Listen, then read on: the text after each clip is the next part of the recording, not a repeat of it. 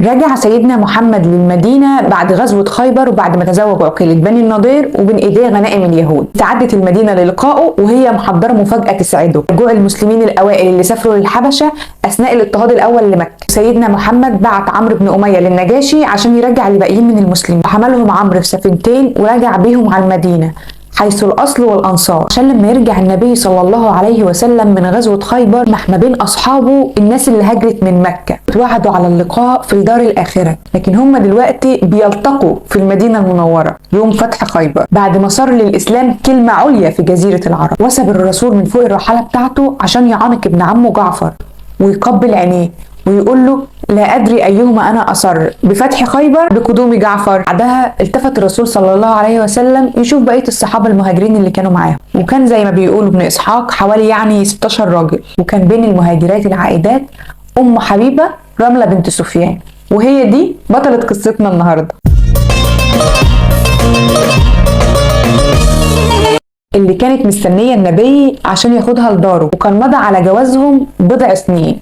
ازاي بقى؟ ده اللي احنا هنعرفه النهارده. كانت رملة بنت ابي سفيان زعيم مكة وقائد المشركين في الوقت ده، زوجة ابن عم النبي عبد الله ابن جحش الاسدي اخو السيدة زينب ام المؤمنين. واسلم عبيد الله واسلمت معاه رملة، لكن ابوها ما كانش راضي على الاسلام ده، وكان مازال ابوها وامها على الكفر، فخافت من ابوها جدا وهاجرت بدينها مع زوجها في الهجرة الثانية، وكانت حامل، وهناك ولد بنتها حبيبة اللي اتسمت باسمها. وهي هناك في الغربة بتكتم حنينها لوطنها وبتحاول تجد في الزوج عزاء لها عن اهلها.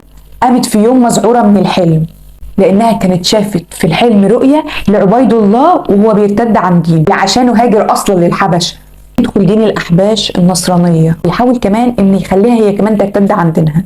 وبالفعل حلمها يتحقق، لكنها صبرت وقفلت بيتها عليها، مش عايزه تستضيف اي حد ولا تتكلم مع اي حد، حتى ان هي ملهاش سبيل ان هي ترجع بيه لمكه. وهي قاعده في عزلتها حزينه تلاقي جاريه من جواري النجاشي بتخبط بابها عليها تقول لها ان الملك بيقول لك وكلي من يزوجك للنبي العرب فقد ارسل الي لخطبته.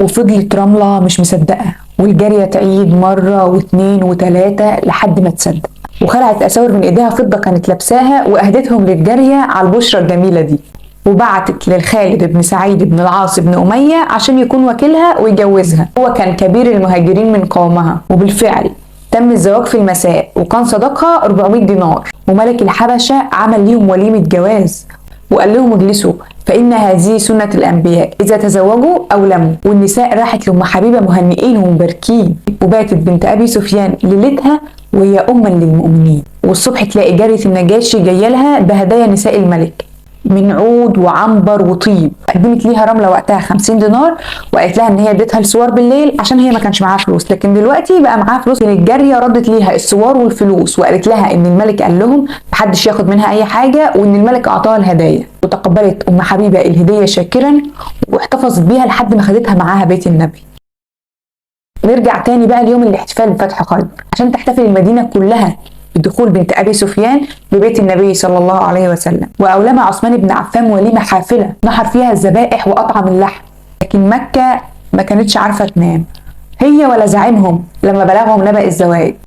وما كانش فات على زواج النبي من عقيلة بني النضير غير بضعة أيام معدودة عشان بيت النبي يستقبل الزوجة الجديدة وهي رملة بنت أبي سفيان. يستقبل نساء النبي زميلتهم بحاجة من المجاملة كده، وعائشة ما شافتش فيها اللي يشعل غيرتها في أول الأمر لأنها كانت قربت على 40 وملهاش سحر صفية ولا ملاحة جويرية ولا حسن أم سلمة ولا جمال زينب. وكانت السيدة عائشة متوقعة أنها تكون في صفها. بنت أبي سفيان أبت أن هي تكون خاضعة أو تابعة الأخرى، لكنها فضلت حزينة على أبوها لأنه مازال مشرك لحد ما أسلم أبوها يوم فتح مكة. سمعها إن من دخل بيت أبي سفيان فهو آمن، وفرحت جدا. ومن بعدها ما سمحتش للسيدة عائشة إنها تبهيها تاني، لكن قبل ما تموت طلبت من السيدة عائشة والسيدة أم سلمة إنهم يسامحوها.